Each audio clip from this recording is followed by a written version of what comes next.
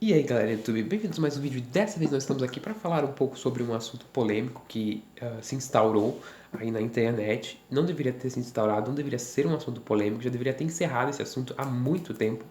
Que é sobre, como você já viu no título, a menina de 10 anos que foi estuprada pelo tio e que engravidou.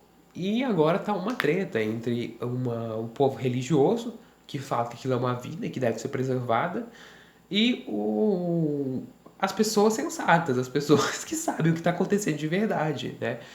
Então vamos lá, vamos tentar observar um desses dois pontos, tá? Você tem um ponto religioso que fala que a gente não pode tirar a vida dos outros, e aí até tudo bem, é legal, é pra você não sair matando ninguém, né? Obviamente.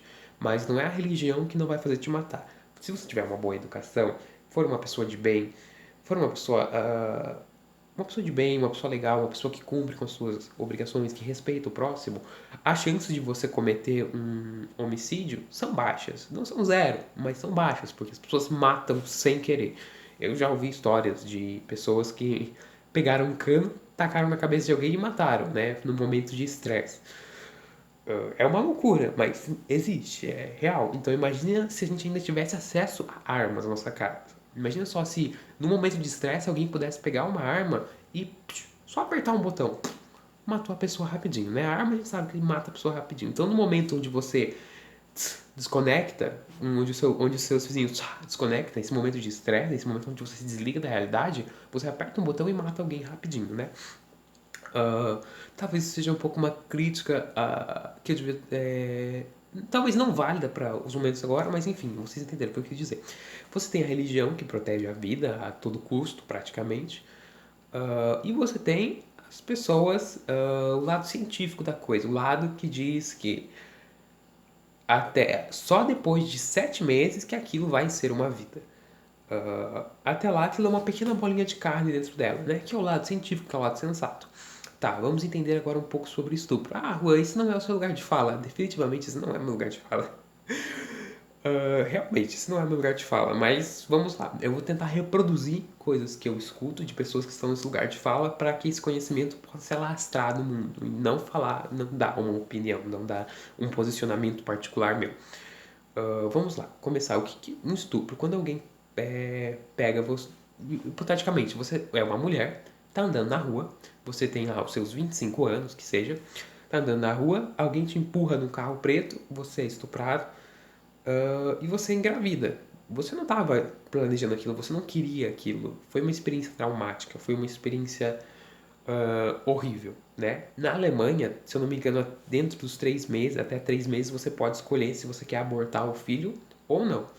Aqui no Brasil eu não sei se você pode, em caso de estupro, eu não sei se você pode abortar. Eu não sei se tem alguma lei que eu não vou entrar em específico, eu não conheço assim o concretamente, né? Eu sei que em Pernambuco eles fazem bastante, né, aborto, mas enfim, eu não vou entrar nessas questões de lei. Mas enfim, caso você seja estuprado até os 3 primeiros meses, é uma coisa legal de você poder abortar. Por quê? É uma experiência traumática. Aquilo lá é uma bolinha de carne, não tem vida, né? Então, não precisa se preocupar, você não vai queimar no inferno pro resto da vida porque você matou alguém, porque aquilo não tem vida, você não matou ninguém. Aquilo é uma bolinha de carne, aquilo terá vida um dia. Ah, muito provavelmente você vai ter uma vida horrível se você não morrer depois que eles estuprarem você, no caso, né? Porque as chances são bem grandes de você morrer depois disso. Relatos estão aí, né? Pra a gente. Não relatos dos mortos, né? Relatos dos parentes das pessoas que foram. Que aconteceu o ocorrido, né? O seu filho vai ter uma vida um pouco conturbada, porque você vai estar psicologicamente abalado, você vai estar psicologicamente ruim, você não vai conseguir oferecer tudo aquilo que você deveria oferecer para uma criança ter uma boa educação e um bom desenvolvimento. Hoje em dia, pessoas normais, casais que engravidam, não normalmente, não é normal a palavra que eu quero usar, mas pessoas que engravidam querendo engravidar, já não conseguem dar uma boa educação, um, não digo por questões financeiras, mas justamente porque não sabe como dar uma boa educação, justamente não sabe como educar uma criança, né? Mas nós não vamos entrar em questões disso agora. Então imagina quando você passa por uma situação traumática dessas, né? Então é super legal a ideia de você, dentro de um período, você poder estar escolhendo se você vai fazer esse aborto ou não.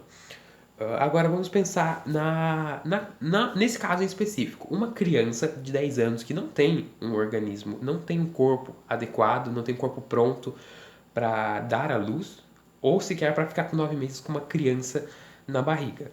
Ela é estuprada, em momento algum, isso não foi uma escolha dela, ter um filho não foi, e mesmo se tivesse, eu acredito que nenhuma criança de 10 anos em sã consciência falaria: por que não ter um filho com meu tio? É uma péssima ideia. Essa criança provavelmente vai nascer com sérios problemas, até porque você tem a questão de parentes próximos. Quando parentes próximos se reproduzem, a chance da criança nascer com algum problema, eu não sei explicar exatamente as palavras corretas, mas ela pode nascer com algum problema, alguma deficiência, algo que vai encurtar a vida dela muito e dificultar muito, como, por exemplo, como que é o nome daquela... Eu não vou lembrar agora. Ah, eu esqueci, mas é que ela tem vários níveis, elas têm vários aspectos agora. Não. Síndrome de Down, por exemplo, ela pode nascer com aquilo. E isso vai atrapalhar muito a vida dela, então não se reproduzam com seus parentes, já é uma grande lição a tirar desse vídeo. E a menina provavelmente vai morrer depois que dá a luz, né? Ou durante o processo. Por quê? O corpo dela não está pronto para aquilo. O corpo dela não está pronto para ter uma criança, para desenvolver uma criança, para dar a luz a uma criança, para amamentar uma criança. Não está pronto para aquilo. Não é uma escolha que deve ser levada ao lado religioso, ao lado católico, ao lado. Enfim, não deve ser levado isso. Deve ser olhado friamente a um olhar científico, a um olhar. Os médicos devem avaliar isso. Falar assim: não, ela é uma criança de 10 anos que foi. Que não deveria ter um filho. Porque ela vai morrer depois disso. Isso vai trazer grandes agravos para a saúde dela, tanto para a saúde física quanto para a saúde mental dela. Isso vai ser um grande problema. Ela não vai conseguir cuidar daquela criança. Joga numa. Eu já vi muitas pessoas dando uma incrível sugestão, não sei como ninguém pensou nisso ainda, de colocar a criança para adoção. Nossa, é uma ideia incrível. Solucionou o problema do Brasil, né? Com certeza. Vai melhorar muito a economia com isso, vai. Com certeza os centros de adoção já não estão cheios de criança, porque todo mundo hoje em dia quer adotar, é muito fácil, não é burocrático, né? E não é nem um pouco sofrido para a criança ser uma criança adotada. É muito fácil, né? Até porque você jogar uma criança na rua, jogar uma criança na frente de uma porta de uma casa aleatória, como a gente vê nos filmes, é muito fácil fazer. Mas não é a realidade, não é algo que você pode fazer sair simplesmente dando crianças por aí. Até porque isso é um caso polêmico. Você acha que essa criança, quando ela não crescer, ela não vai saber de tudo isso? Ela não vai querer conhecer a mãe? Eu conheço pessoas que já foram adotados e a vida delas realmente foi conturbada. Foi difícil, foi complicada, porque é uma questão difícil. É uma questão que não dá pra resolver assim com facilidade. Se você não é adotado, você não tem direito de estar opinando em alguma coisa para falar sobre isso. Você só tem que entender que é difícil, que é complicado e calar a sua boca. É basicamente isso. Você não tem direito de opinar. Do mesmo jeito que se você é um branco, como eu, você não tem direito de opinar sobre racismo. Enfim, essas questões que a gente já conhece na vida. Mas aqui nós temos um ponto muito importante que eu quero passar para vocês. Vocês não estão protegendo a vida de ninguém quando vocês estão falando de não fazer o aborto. Quando um bando de grupos religioso ignorante vai na frente do hospital e fala assim, diga não ao aborto. Porque primeiro que aquilo não é uma vida, tem 6 meses, né? O filho, né, já deveria ter feito há muito tempo, mas por razões e razões não deu para fazer. Já deveria ter acontecido esse aborto. E porque pela vida dessa criança de 10 anos que não está pronta para isso, e pela própria vida do bebê, que vai ser um dia um bebê, né? Ainda não é um bebê, vai ser um dia um bebê, pela própria vida dele. Para que ele não tenha uma vida horrível, para que todo mundo não vire uma bola de caos enorme e todo mundo venha ter uma vida horrível dentro daquilo. Ou, na verdade, uma vida horrível, ela já vai ter, ela já tá tendo uma vida horrível, né? Porque ela vai ter traumas, essa menina de 10 anos vai ter traumas horríveis que vai levar pro resto da vida dela, porque o tio era um babacoide e estuprou ela. Isso sem contar se ela não ficar depois, hipoteticamente, se ela der a luz, se ela não ficar depois presa numa cama de hospital, numa cadeira de rodas, porque ela teve problemas durante o parto, não é mesmo? Então, quando você, religioso, fala assim, não, nós devemos defender, toda vida é uma vida, a questão é essa, aquilo não é uma vida ainda, entendeu? A vida só é considerada uma vida quando aquela bola de carne pode sobreviver sem precisar estar conectado à mãe, sem precisar estar conectado, sem precisar estar dentro dela, sem precisar estar conectado a um cordão umbilical. Então ela ainda não é uma vida, você não está defendendo uma vida, você está defendendo uma pequena bolinha de carne. E é um pouco contraditório você ver pessoas religiosas defendendo a vida e fazendo churrasco, não é mesmo? Porque afinal a vida animal é uma vida, não é mesmo? É um pouco contraditório quando você diz que defende a vida, mas você come carne. Eu como carne, né? É um pouco hipócrita eu falar isso. Seria melhor se um vegano tivesse aqui falando sobre isso, uma pessoa que realmente entende sobre isso tivesse falando sobre isso, né? Mas a gente já vê a hipocrisia começando por aí, né? Ah, a vida é importante desde que seja de um método seletivo, né? Não é toda a vida importante. Ah, e vamos ver por outro lado também. Na Bíblia está escrito, para você religioso, está escrito que Deus deixou a ciência para nós tomarmos decisões sensatas, cuidadosamente pensadas cuidadosamente, para nós construirmos uma vida melhor aqui, né, e tudo mais. Para nós estudarmos, termos conhecimento e tudo mais. E é nesse ponto que a gente consulta a ciência e vê que realmente é inviável uma criança de 10 anos ter um bebê, dar à luz, ter um parto, principalmente um parto saudável. É inviável, é uma coisa impossível, é uma coisa assim que não tem que levar em consideração. E segundo, por que vocês estão, eu não entendo realmente, por que vocês estão na frente daquele hospital pressionando, dificultando ainda mais a vida dessa criança, né? Porque muito provavelmente milhares e milhares de pessoas religiosas, milhares de pessoas da família dela vão ficar martelando na cabeça dela. Você matou uma criança, você matou uma vida, você tirou uma vida. E pensa bem que essa menina de 10 anos, ela vai ver isso, ela vai ver isso. Ela vai crescer com esse estigma dentro da cabeça dela, com esse problema, o que vai agravar mais ainda o resultado. E por que você, religioso, pessoa que quer tanto assim fazer o bem, proteger as vidas, não tá pressionando a polícia, não tá pressionando a investigação para que encontre o tio dela que tá foragido, né? Que ainda tá foragido. Para que ele pague da devida forma, da forma da lei, da forma correta que ele deve pagar. Por que, que você tá no hospital machucando ainda mais psicologicamente e fisicamente, muito provavelmente, essa criança e essa família que já estão passando por essa dificuldade? Por que, que você não está pressionando a polícia para que eles façam o trabalho de investigação corretamente, né? Para que esse tio seja encontrado e seja punido da forma que ele merece por ter feito essa coisa horrível com essa criança. Você claramente não se importa com essa criança nem um pouco. Você tá lá porque você entrou em quarentena, você tá cansado de ficar em casa e você acha que tá defendendo alguma coisa. Você é um hipócrita, um mentiroso e, sério, ah, eu não sei o que você está fazendo na igreja, porque não é isso que Jesus pregava, não é isso que Deus falava. Ele pregava o amor, pregava a paz. Então, se você não consegue entender que a vida dessa criança está em risco porque ela está grávida e não deveria estar grávida, porque um tio estuprou ela, você não está praticando amor ao próximo. Logo, você não vai pro céu, tá, meu querido? É uma coisa assim terrível que eu tenho pra te dizer, mas é verdade. Você não vai pro céu, porque não tem como você ir pro céu se você não ama seu próximo, tá? Já começa por aí. Então você pode sair da igreja já, inclusive parar de perder o seu tempo lá, inclusive parar de, inclusive existir, se, por favor, se você puder parar de existir, é um grande favor que você presta à nossa sociedade. Então vamos entender, pessoal, que não é uma questão de vamos salvar uma vida porque elas vão abortar. Não, porque aquilo não é uma vida. E dois, a vida que está em risco é a vida da criança que está lá. É a vida daquela criança que está grávida, que não deveria estar grávida. Por que ela não deveria estar grávida? Porque o corpo dela não está pronto para isso. Ela pode morrer. É por isso que ela não deveria estar grávida. Ela pode morrer. Isso é um problema sério. Isso, se ela, hipoteticamente, se ela sobreviver, as chances dela ficar dependente de uma cadeira de rodas, dependente de alguma coisa para ajudar ela a se locomover, são muito grandes. Imagina só que no corpo adulto, uma mulher adulta, ela já tem dificuldades para fazer o parto. A cabeça do neném não passa. É difícil para passar a cabeça do neném, até porque devido ao formato dos nossos próprios ossos.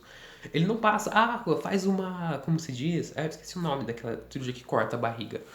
Uma enfim, eu esqueci. Corta a barriga dela. Gente, ela é uma criança de 10 anos. Eu consigo segurar a cintura dela, a minha mão não é tão grande assim, e eu consigo segurar a cintura dela com as minhas duas mãos, porque ela é uma criança de 10 anos. Você vai cortar ela de fora a fora, você vai matar essa menina mais rápido ainda. Não é uma coisa assim que é algo que deveria estar sendo discutido na internet, deveria estar sendo discutida no mundo. É uma coisa que as pessoas deveriam entender. A vida dela está em risco se ela não fizer esse aborto. E depois desse aborto é o quê? Vai ser pesado carregar no psicólogo, não é mesmo? Ah, e muitas consultas e consultas com o psicólogo. E agora a gente está no meio de um negócio de coronavírus, para piorar as coisas ainda. Nós tivemos um vulcão que explodiu sei lá onde, tivemos uma grande explosão que aconteceu no outro lado do oceano também, devido ao mau armazenamento de um produto, né, de um produto que seria utilizado para fertilizante, mas também poderia ser utilizado para bombas, e caso ele aqueça, ele explode, e é isso que aconteceu, o mau armazenamento fez com que ele explodisse. Nós tivemos problemas com gafanhotos, nós estamos passando pelo apocalipse, gente. Eu não estou falando de um apocalipse religioso, estou falando do fim do mundo. Mais de 100 mil pessoas morrendo aqui no Brasil e o governo não está nem aí. Entende, pessoal? E pensa comigo, quanto mais tempo a gente fica em quarentena, mais a economia quebra, obviamente. Mas agora, como que a gente para de ficar na quarentena? Simples, todo mundo fica numa mega quarentena juntos. Aí, só as pessoas que realmente precisam sair para trabalhar vão sair para trabalhar. Aí os índices de pessoas infectadas e de mortes vai cair lá no chão. E com isso, a gente vai começar a flexibilizar. E depois de flexibilizar, não vai voltar ao normal. Entenda uma coisa, não vai voltar ao normal até a gente ter a vacina. A Rússia já fez uma vacina. Uma vacina sem testes, uma vacina que pode matar você, uma vacina que pode não funcionar. Não tem testes o suficiente nessa vacina. Se ela funcionar, injete em mim, por favor. Eu não quero mais ficar em quarentena. Todo mundo tá cansado de ficar em quarentena. Eu quero voltar para minha faculdade, eu quero voltar para minha vida normal. Mas não tem como agora. E se a gente não entender isso, mais pessoas vão continuar morrendo. E eu vejo que muitas pessoas, muitos apoiadores do Bolsonaro são pessoas evangélicas. Agora, pensa comigo, meu querido. O Bolsonaro, ele apoia com que as pessoas parem de ficar na quarentena, com que as pessoas, segundo ele, tenham liberdade para escolher sair trabalhar. Mas não é uma questão de você ter liberdade para você escolher sair trabalhar. É uma questão de você entender que se você sair para trabalhar nesse momento, sem os devidos cuidados, você vai matar todo mundo. Se todo mundo sair trabalhar aí que nem louco, você vai matar todo mundo. Por quê? Porque a doença vai pegar você. Você pode ser até assintomático, mas pega em outra pessoa que não é, pega em outra pessoa que não é, pega em outra pessoa que não é também, ou pega em outra que é e ela passa para mais três que tem problema, já estão no, no treco ali de risco, no grupo de risco e mata essas pessoas. E o Bolsonaro, ele não tá nem aí. E agora eu vejo isso, eles defendem a vida, mas eles apoiam o Bolsonaro que não tá nem aí pra vida. Meu querido, que paradoxo é esse? Me explica. Que raio de paradoxo é esse? Você defende a vida e defende o Bolsonaro que só se importa com a economia. A economia ela só vai voltar quando esse negócio do coronavírus acabar. Quando acabar, a economia vai começar a voltar ao normal nos trilhos se ele usar o dinheiro de forma correta. Não tentar fechar as faculdades públicas de novo. Tentar fechar não tentar tirar, fazer um corte de mais de 30%. Foi mais. Não, acho que se não me engano foi 30% que ele tentou fazer um corte nas faculdades públicas, que já estão sofrendo milhares de cortes ao longo dos anos. Ao longo dos anos, o que está fazendo, dificultando a vida das pessoas nessa faculdade. E não é todo mundo que consegue pagar uma faculdade pública. A faculdade pública tem salvado muitas pessoas, tem ajudado muitas pessoas a conseguir um emprego. E nós estamos vivendo um momento onde não tem professores, principalmente na área de exatas, física, matemática, química, são áreas onde está dificilmente tendo professores. E eu digo isso não apenas pelos dados, mas porque eu me formei há nem 3 anos e eu não tinha professor, no meu segundo ano do ensino médio, eu não tinha professor de matemática, eu não tinha professor de física, eu não tinha professor de química, eu não tinha professor de geografia, eu não tinha professor de, deixa eu ver o que mais eu não tinha. Facilitar, eu tinha professor de biologia, tinha professor de inglês, não, inglês não, mentira, eu não tinha. Biologia, português, sociologia, filosofia e acabou. Eu, sem brincadeira, eu tinha de duas a. Não, mentira, eu tinha de 3 a 4, 5 aulas vagas, ou 5 aulas com substituto, que passava textos que ele tirou da internet, é sem brincadeira, ele tirava um texto da internet e passava para nós. Ou então, uma única vez, essa professora foi substituir uma de exatas, e o que ela fez? Ela passou uma questão do livro pra gente. Eu tive uma dúvida, fui perguntar, professora, como que eu faço isso daqui? Ela falou assim, eu não sei, faz aí. Eu não sei como faz isso daí. Você tem noção Você tá na escola lá para aprender. Agora o professor, ele não sabe também te ensinar. Ele não sabe, não é que ele não sabe te ensinar, ele não sabe fazer um negócio. Porque ele é um professor substituto de uma outra matéria que tá lá só para os alunos não ficarem badernando, só para isso, entende? Ele tá lá só para ocupar uma pequena lacuna de alguém que de um profissional que deveria existir, mas ele não está existindo dentro daquela vaga. Entende? Então nós estamos botando o nosso burro no lugar errado. Nós estamos amarrando o nosso cavalo no lugar errado, gente, galera. A gente precisa investir em educação, mas investir da maneira certa. Porque existe corrupção no mundo da educação, no mundo da política, nos hospitais, em qualquer lugar que você pensar, existe corrupção. E é por isso que nós temos que investir de maneira correta, fazer a observação, colocar órgãos que vão gerir aquele dinheiro, vão ver, não, esse dinheiro está sendo gasto realmente no que eles estão dizendo que esse dinheiro está sendo gasto, ou ele está tendo outras utilidades. E eu não acho que o Bolsonaro estourando todos os orçamentos, estourando o cartão, eu digo estourando porque ele gastou pra caramba, fazendo todos esses gastos abusivos que ele está fazendo e tomando essas ações premeditadas, esteja se importando um pouco com a economia nesse momento de pandemia, né? Ou qualquer outra coisa do tipo, esteja se importando com o povo brasileiro. Gente, olha, me escuta aqui. Me escuta, sério. Ele não se importa comigo, ele não se importa com você, ele não se importa com o povão. Ele literalmente. A, ele no poder tem sido só um jogo de marketing, ele tá fazendo marketing, ele tá. Horas ele fica quieto para não. Quando ele começa a ver que as pessoas que não estão gostando dele, que não são a favor dele, começa a subir a 50%, a mais de 50%, ele cala, ele fica quieto, ele fica quietinho, ele não aparece mais. Você não vê ele aparecendo no Twitter, não vê ele em rede social, não vê ele em notícia nenhuma, ele some. Daí começa a notícia de coronavírus, e é isso. Aí quando ele percebe que ele precisa voltar para que aquelas pessoas que votaram nele, porque ele fez um ibope pesado, porque é isso, ele fez um ibope, ele fez uma peça de teatro, ele fez um marketing, foi isso que ele fez. Ele basicamente foi isso, ele tá enganando todo mundo. É uma grande peça teatral na cabeça dele, tudo isso daí. E quando ele vê que ele precisa chamar a atenção das pessoas de novo, ele volta e faz alguma besteira, faz alguma merda. Ou agora ele tá mais comportado, ele tá parando de ser, por exemplo, no caso de racismo que a gente teve com aquele entregador. Obviamente não foi ele que escreveu aquele Twitter. Ele não escreveu aquele Twitter. Foi algum assessor, alguém que queria, vamos melhorar a imagem dele aqui, né? Uma chance de a gente melhorar a imagem dele e escreveu o texto pronto. Toda vez que ele fala algo sensato, algo que parece manifestar um pouco de inteligência, não é ele que fez aquilo, é algum assessor que escreveu um texto pronto e ele tá reproduzindo aquilo, tá bom, galera? Essa é a grande verdade, infelizmente, sobre o Bolsonaro. Ah, então você quer votar no PT? Não, existem 500 outros candidatos aí que são melhores do que o PT e melhores que o Bolsonaro. O PT também fez muita besteira, roubou demais. Foi o péssimo o PT também no poder. Só ele não, o PT ele era como o Bolsonaro, ele fingia que tava lá pelo pobre, ele dava um Bolsa Família assim que ajudou, que nem esses 600 reais. Apesar de 600 reais serem a distribuição dele ser muito mal administrado, é algo que está ajudando muitas pessoas. Mas devido à má administração na distribuição, por quê? Vocês já viram, sei lá quantos mil funcionários públicos que estão recebendo o salário dele também estão recebendo auxílio emergencial? Pensa comigo, eu sou o governo, eu tenho a lista dos meus funcionários públicos, eu tenho a lista das pessoas que estão fazendo a requisição do auxílio emergencial. Eu não posso cruzar essas listas e falar assim, não, você não se encaixa, você é funcionário público, você não vai receber isso, porque você já está recebendo o seu salário. E simplesmente negar para ele, eu não posso, de repente, pegar e mandar esse dinheiro para os lugares mais necessitados, para mandar, por exemplo, eu não sei se a palavra certa é favelas. Se eu estiver falando errado, por favor, me perdoe.